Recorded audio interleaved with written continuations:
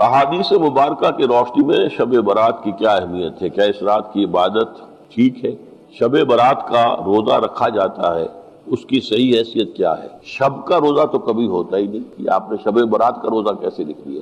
شب رات کو کہتے ہیں نا، شب برات جو ہے اس کو کہا گیا ہے اس لیے کہ ان کا خیال ہے کہ اس رات میں اللہ تعالیٰ بہت سے لوگوں کو بخشتا ہے۔ برات، اللہ تعالیٰ جہنم سے ان کو رستگاری عطا فرماتا ہے۔ اس کے ضمن میں جو صحیح احادیث ہے صرف ایک ہے، اور وہ یہ ہے کہ حضرت عائشہ صدیقہ رضی اللہ تعالیٰ عنہ بیان کرتی ہے کہ ایک روز حضور کی میرے ہاں شب باشی کی باری تھی، لیکن میری رات کو آنکھ کھلی تو حضور نہیں تھے موجود، تو مجھے تشویش ہوئی کہ آپ کہاں گئے؟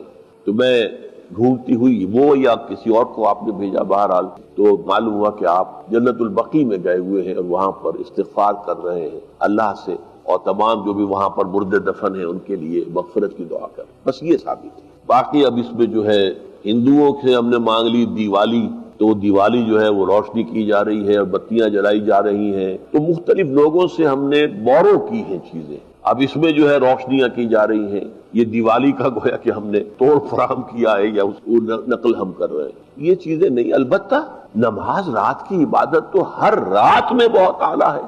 چلیے اگر اور دنوں میں نہیں ہوتا، اس رات کو آپ کو، کیونکہ حضور نے بھی استغفار کیا خاص طور پر جا کر جنت البقیع میں، تو اگر آپ بھی کریں، نماز پڑھیں اور استغفار کریں تو کیا ہے، بہت اچھی بات ہے، اس میں تو کوئی حرج کی بات ہے ہی نہیں۔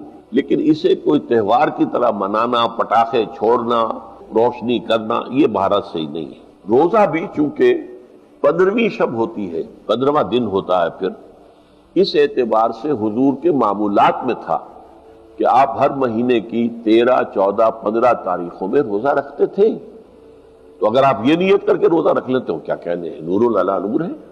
اور روزہ کسی وقت بھی نفلی روزہ رکھا جائے اللہ تعالیٰ قبول فرمائے گا۔